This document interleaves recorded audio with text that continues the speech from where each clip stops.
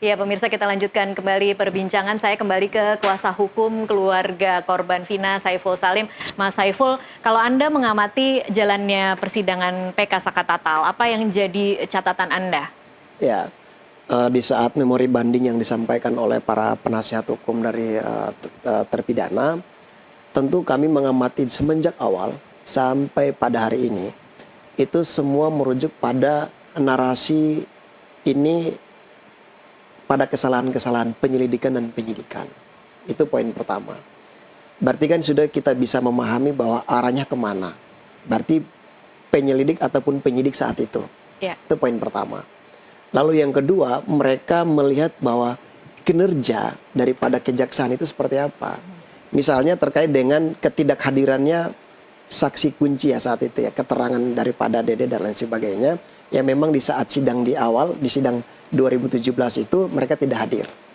Ya kan, hanya berdasarkan keterangan dari kepolisian, lalu dianggap terpenuhi, lalu dibawa ke sidang, tapi mereka tidak hadir.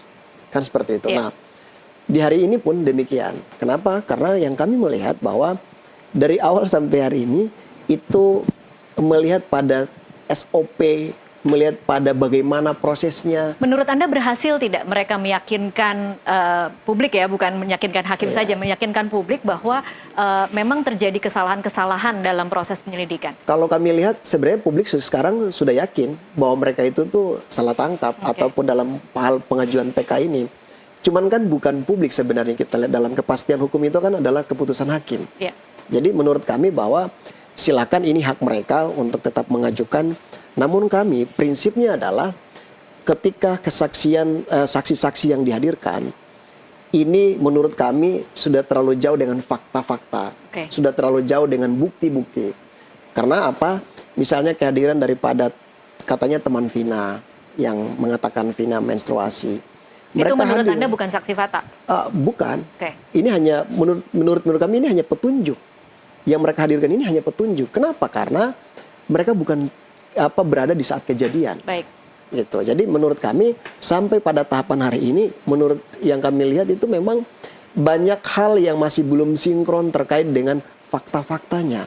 Misalnya contoh, foto-foto para terpidana itu dihajar habis-habisan, dipukul dan lain sebagainya.